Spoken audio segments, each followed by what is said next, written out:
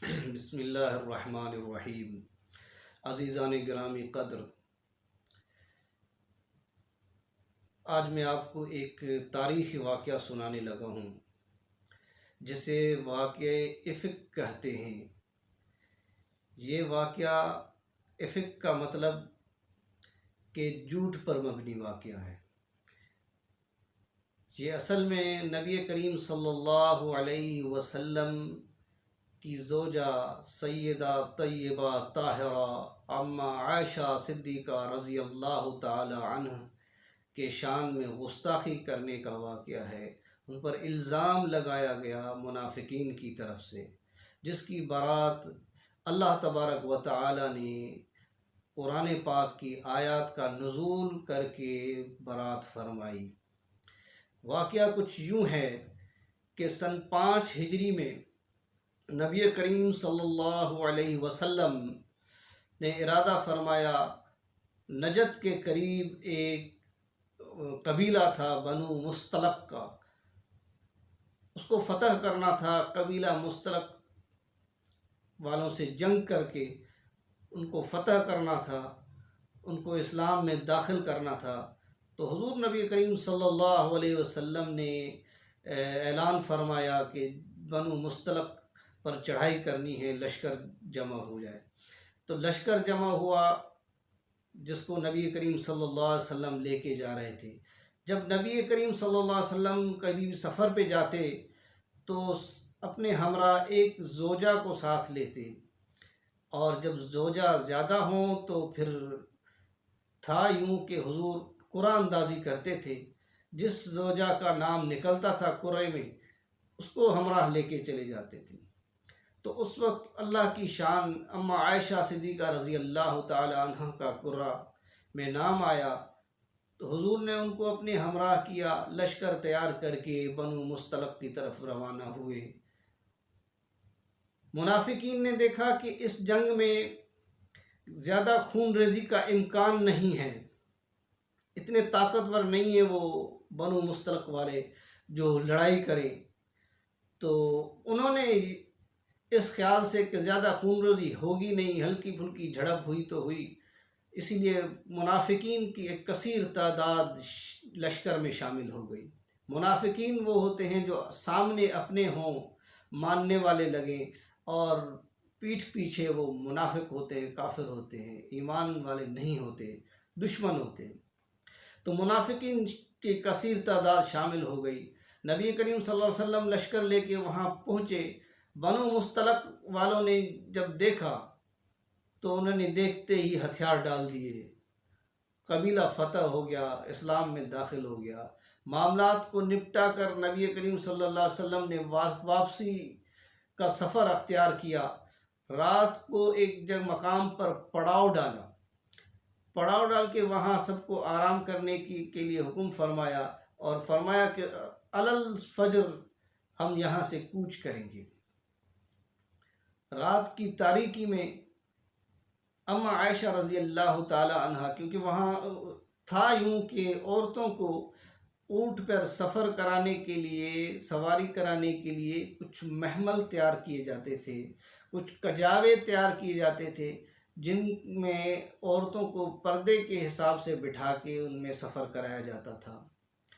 تو اماں عائشہ رضی اللہ تعالیٰ عنہ اپنے کجائے میں تھی، تو رات کی تاریکی میں وہ کجائے میں سے نکلی اور رفع حاجت کے لیے ذرا دور چلی گئیں۔ پہاڑی علاقہ تھا تو دور چلی گئیں رفع حاجت کے لیے، اور جو ان کے سفر کے لیے منتظمین تھے ان کو اطلاع نہ دی کہ میں باہر جا رہی ہوں۔ اماں عائشہ رضی اللہ تعالیٰ عنہ چلی گئیں دور، اور وہاں سے جب فارغ ہو کے واپس آنے لگی، انہوں نے دیکھا، ہاتھ لگایا گلے میں تو ہار پہنا ہوا تھا وہ نہیں تھا، ہار گم ہو گیا۔ حالانکہ وہ ہار بہن سے لے کے آئی تھی، تو ہار تلاش کرنے کے لیے وہاں رک گئیں۔ ہار تلاش کرتی رہیں، کچھ ٹائم لگ گیا۔ یہاں نبی کریم صلی اللہ علیہ وسلم نے سفر کو، قافلے کو کوچ کرنے کے احکامات جاری کر دیے۔ قافلہ تیار ہو گیا۔ اب نبی کریم صلی اللہ علیہ وسلم کو معلوم ہی نہ تھا کہ اما عائشہ رضی اللہ تعالیٰ عنہ کے متعلق کہ وہ گئی ہوئی ہیں قافلے سے باہر، پتہ بھی نہ تھا، اللہ تبارک و تعالیٰ نے بھی نہیں بتایا، شاید یہ امتحان تھا، تو کیسے پتہ چلے؟ عالم الغیب تو ایک اللہ کی ذات ہے، اللہ تبارک و تعالیٰ اس معاملے میں وحدہ لا شریک ہے، کوئی علم غیب کا مالک نہیں ہے، صرف ایک اللہ اکیلے کے۔ کہ اللہ تبارک و تعالیٰ نبی کو بھی اطلاع دیں تو علم حاصل ہوتا ہے، نہ بتائیں تو پتہ نہیں چلتا۔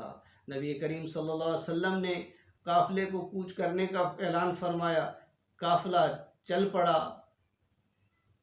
ان منتظمین نے محمل کو اٹھایا، کچائے کو اٹھا کے اونٹ پر رکھا، انہوں نے سمجھا اما عائشہ اس میں اندر ہوں گی اور چلے گئے۔ اما عائشہ رضی اللہ تعالی عنہ جب واپس آئیں ہار تلاش کرنے کے بعد، پڑاؤ کی جگہ پر دیکھا تو وہاں تو سناٹا تھا، کوئی تھا ہی نہیں، سب جا چکے تھے۔ تو اما عائشہ رضی اللہ تعالی عنہ چادر لپیٹ کر آرام سے لیٹ گئیں، اس خیال سے کہ قافلہ کہیں دوسری جگہ جب پڑاؤ ڈالے گا وہاں نہ پائے گا تو واپس آ جائیں گے مجھے لینے کے لیے۔ اما عائشہ کو لیٹ گئی، ان کو نیند آ گئی۔ دستور یہ تھا قافلے کا کہ جب قافلہ جاتا ہے تو پیچھے کچھ لوگوں کی ذمہ داری ہوتی ہے کہ قافلے کے پیچھے سے کچھ فاصلے پر آئے تاکہ کوئی رہ جائے، کوئی چیز گر جائے، کوئی سامان رہ جائے تو وہ لوگ اس سامان کو یا جو رہ جائے اس کو لے کے آ سکیں۔ اس طرح ایک صحابی صفوان ابن معطل رضی اللہ تعالیٰ عنہ کی ذمہ داری تھی قافلے کے پیچھے سے چلنے کی۔ وہ کچھ فاصلے پر آ رہے تھے، جب وہاں پہنچے پڑاؤ کی جگہ دیکھا تو کوئی چیز زمین پر ہے، قریب آئے تو دیکھا کہ اما عائشہ رضی اللہ تعالی عنہ سو رہی ہیں، تو ایک دم سے انہوں نے زور سے پڑھا انا للہ و انا الیہ راجعون۔ یہ آواز سن کر اما عائشہ رضی اللہ تعالی عنہ چونک کر اٹھی اور اٹھ گئیں تو حضرت صفوان رضی اللہ تعالیٰ عنہ نے اپنے اونٹ کو بٹھایا، اس سے اترا اور اما عائشہ رضی اللہ تعالیٰ عنہ کو اونٹ پر سوار کیا، خود مہار لے کے آگے آگے پیدل منزل کی طرف روانہ ہو گئے۔ تو یہ ایک معمول کا معاملہ تھا، اکثر سفر میں کچھ لوگ رہ جاتے ہیں، ان کو بعد میں لیا جاتا ہے، یہ کوئی بڑی بات نہ تھی۔ اس زمانے میں بھی اگر آپ دیکھیں کہ ٹرین پر لوگ سفر کرتے ہیں تو اسٹیشن پہ اترنے والے لوگ کچھ رہ بھی جاتے ہیں اور ٹرین نکل جاتی ہے، اس میں کوئی مذائقہ نہیں ہے۔ لیکن اس معاملے کو منافقین نے عجیب و غریب بنا دیا، اس پر الزام اور بہتان لگانے کی کوشش کی۔ جب قافلے نے پڑاؤ ڈالا تو وہاں پر ابھی بیٹھے ہی تھے تو سامنے یہ اونٹ آ رہا تھا۔ جب دیکھا گیا کہ اونٹ پر اما عائشہ رضی اللہ تعالیٰ عنہ سوار ہیں اور اونٹ چلانے والا صفوان ابن معطل ہے، تو اما عائشہ رضی اللہ تعالیٰ عنہ کے قافلے میں پہنچی تو منافق تھا عبداللہ ابن ابی، وہ ابو المنافقین تھا، خطرناک قسم کا دشمن تھا۔ اس نے الزام لگایا، بہتان باندھا اما عائشہ رضی اللہ تعالیٰ عنہ کی عزت و عصمت پر، اور کہنے لگا کہ اما عائشہ رضی اللہ تعالیٰ عنہ کی عزت عصمت داغدار ہو گئی ہے۔ ایسا بہتان، اسی ڈھٹائی سے، بے حیائی سے اس نے یہ بہتان لگایا اور اس بہتان کو پورے مدینے میں پھیلا دیا، اور ایسے پھیلا کہ جیسے جنگل میں آگ لگ جائے۔ اور یہ بہتان کسی عام عورت پر تو نہیں تھا، سیدہ عائشہ رضی اللہ تعالی عنہا پر بہتان تھا، اور اس کی افواہ جب پھیلی، اصحاب رسول صلی اللہ علیہ وسلم تک بات پہنچی تو پریشانی و اضطراب کے طوفان برپا ہو گئے، ہر آنکھ اشک بار ہو گئی۔ صدیق اکبر رضی اللہ تعالیٰ عنہ کا کلیجہ شک ہو گیا، ام رومان پر سختہ طاری ہو گیا۔ خود سرکار دو عالم صلی اللہ علیہ وسلم کے قلب و جگر میں ایک دکھ کی لہر سی دوڑ گئی، کیونکہ یہ الزام اماں عائشہ صدیقہ رضی اللہ تعالیٰ عنہ پر لگا تھا۔ یہ کوئی عام عورت نہ تھی، یہ تو معلم اخلاق تھیں، یہ تو نبوت کی زندگی کی آئینہ دار تھیں، یہ تو نبوت کے خلوت و جلوت کی امین تھیں، عائشہ صدیقہ طیبہ طاہرہ تھیں جن پر الزام لگا۔ اللہ اکبر! پوری دنیا عفت و عصمت کو تلاش کرتی ہے اور عفت و عصمت امی عائشہ کو تلاش کرتی ہے، ایسی پاکیزہ عورت پر الزام لگا، اور الزام ایسا خطرناک، اما عائشہ رضی اللہ تعالیٰ عنہ کو پتہ ہی نہ چلا۔ گھر چلی گئی، رات کو جب اپنے ہمراہ ام مستح کو لے کے باہر نکلی تو ام مستح ٹھوکر کھا کر گری، اور جب ٹھوکر کھائی تو انہوں نے اپنے بیٹے مستح کو بد دعا دی کہ مستح ہلاک ہو۔ تو ام عائشہ رضی اللہ تعالیٰ عنہ نے کہا، ام مستح کیوں اپنے بیٹے کو بد دعا دیتی ہو، وہ تو بدری صحابی ہے۔ تو ام عائشہ رضی اللہ تعالیٰ عنہ کو ام مستح نے بتایا، بیٹی آپ کو پتہ نہیں ہے، دشمنان نے، منافقین نے آپ پر الزام لگایا ہے، اور مستح بھی ان کے ساتھ شریک ہو گیا ہے، اور آپ کے اس الزام کو اتنا پھیلایا ہے کہ پورے مدینے میں یہ بات مشہور ہو گئی ہے۔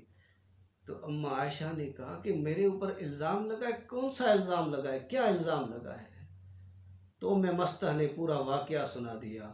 اماں عائشہ رضی اللہ تعالی عنہ رنج و علم میں ڈوب گئیں، انہی قدموں پہ واپس لوٹیں، گھر میں چلی گئیں اور گھر میں مصلی پہ جا کے بیٹھیں، اللہ تبارک و تعالیٰ کے حضور رونے لگیں، گڑ گڑانے لگیں، یا اللہ میرے ساتھ یہ کیا ہو گیا۔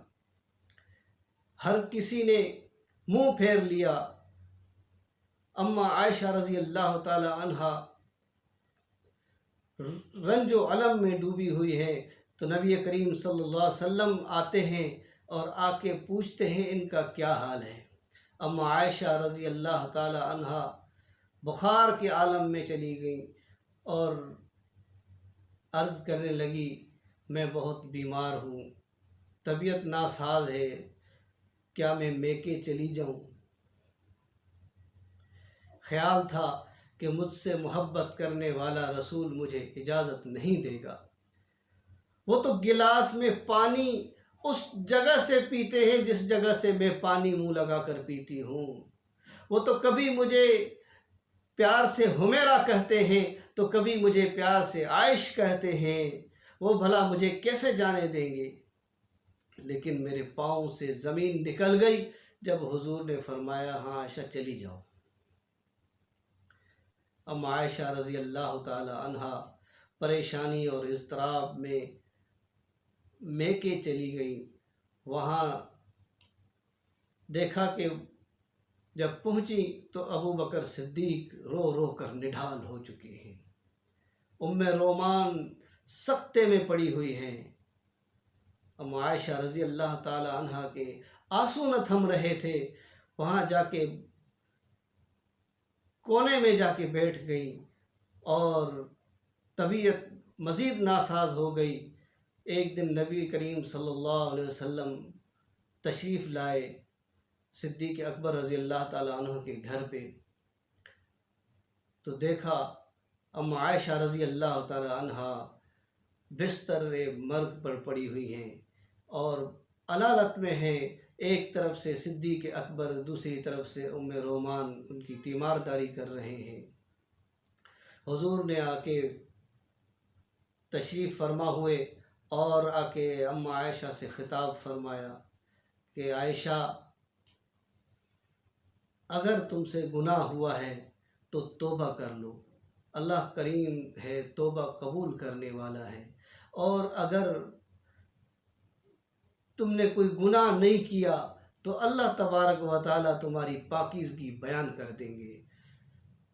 اپنے آپ کو نڈھال نہ کرو، اس طرح اٹھو، اور اشارہ کیا والدین کی طرف کہ آپ سمجھائیں اس کو، اور یہ کہہ کر نبی کریم صلی اللہ علیہ وسلم گھر سے باہر نکلے۔ اب والدین کیا سمجھائیں؟ بات تو یہ تھی، الزام لگا تھا، کوئی صفائی کرے، کوئی الزام کو کیسے ختم کیا جائے؟ صفائی دے تو کون دے؟ اگر صدیق اکبر صفائی دیتے ہیں تو لوگ کہتے ہیں باپ بیٹی کی صفائی دے رہا ہے، اور اگر ام رومان صفائی دے رہی ہے تو لوگ کہیں گے ماں بیٹی کی صفائی دے رہی ہے۔ اگر حضور صلی اللہ علیہ وسلم خود صفائی دے رہے ہیں تو لوگ کہیں گے خاوند بیوی کی صفائی دے رہا ہے۔ اگر امی عائشہ رضی اللہ تعالیٰ عنہ خود صفائی دیتی ہیں تو لوگ کہیں گے ہر کوئی اپنی صفائی دے دیتا ہے، اس میں کیا معاملہ ہے؟ تو صفائی دے تو کون دے جس سے یہ الزام دھل جائے؟ حضور گھر سے باہر نکلے، دروازے سے جیسے نکلے تو سامنا فاروق اعظم سے ہوا۔ حضور نے عمر فاروق کو کہا، عمر بتاؤ عائشہ کے متعلق تمہارا کیا خیال ہے؟ فاروق اعظم رضی اللہ تعالی عنہ نے کہا، یا رسول اللہ، آپ مجھے یہ بتائیں کہ عائشہ سے نکاح آپ کا میں نے پڑھایا تھا؟ حضور نے فرمایا نہیں۔ کیا کسی اور نے نکاح کروایا تھا؟ حضور نے کہا نہیں۔ تو آپ کا نکاح کس نے کرایا تھا؟ حضور نے فرمایا عائشہ سے میرا نکاح تو اللہ نے کرایا تھا۔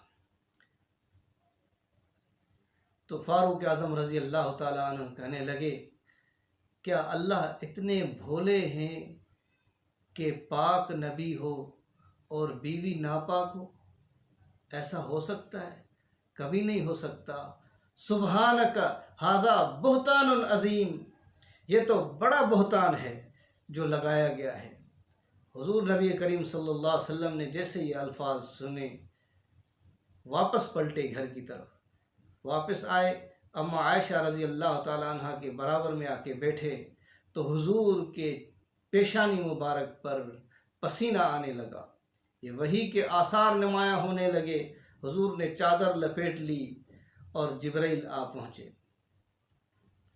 آ کے سلام عرض کی اور وہی الفاظ دہرائے کہ اللہ تبارک و تعالیٰ نے قرآن کا نزول فرمایا ہے، سبحانک ھذا بہتان عظیم، اللہ پاک ہے اور یہ تو بڑا بہتان ہے جو لگایا گیا ہے۔ اور پھر اعلان فرمایا، الخبیثات للخبیثین والخبیثون للخبیثات والطیبات للطیبین والطیبون للطیبات اولئک مبرؤون مما یقولون لہم مغفرۃ ورزق کریم، کہ پاک گندی عورتیں گندے مردوں کے لیے، گندے مرد گندی عورتوں کے لیے، پاک عورتیں پاک مردوں کے لیے، پاک مرد پاک عورتوں کے لیے۔ آپ تو مبرہ ہیں اس الزام سے جو یہ بکتے رہتے ہیں، آپ کے لیے تو رزق کریم ہے۔ تو یہ اللہ تبارک و تعالیٰ نے قرآن پاک کا نزول فرمایا، برات کا اعلان فرمایا، نبی کریم صلی اللہ علیہ وسلم کے چہرے انور پہ خوشی کی لہر دوڑ گئی، اعلان کر کے بتا دیا، عائشہ اٹھو، تمہارے لیے اللہ نے برات کا اعلان کیا ہے۔ اما عائشہ رضی اللہ تعالی عنہ خوشی سے صحت یاب ہو گئیں، صدیق اکبر رضی اللہ تعالی عنہ کے چہرے پہ مسرت آ گئی، ام رومان خوش ہو گئیں۔ نبی کریم صلی اللہ علیہ وسلم نے جب یہ بات سنائی اور یہ آیات کا اترنا، آج تک کسی عورت کے لیے اللہ تبارک و تعالیٰ نے ایسی برات کا اعلان نہیں کیا جس طرح شان اما عائشہ رضی اللہ تعالیٰ عنہ کو دیا ہے۔ جتنی عزت، جتنا مرتبہ اما عائشہ رضی اللہ تعالیٰ عنہ کو عطا کیا، اتنا آج تک کسی کو نہیں ملا۔ اللہ تبارک و تعالیٰ ہمیں عمل کرنے کی توفیق عطا فرمائے، آمین۔ سبحان اللہ۔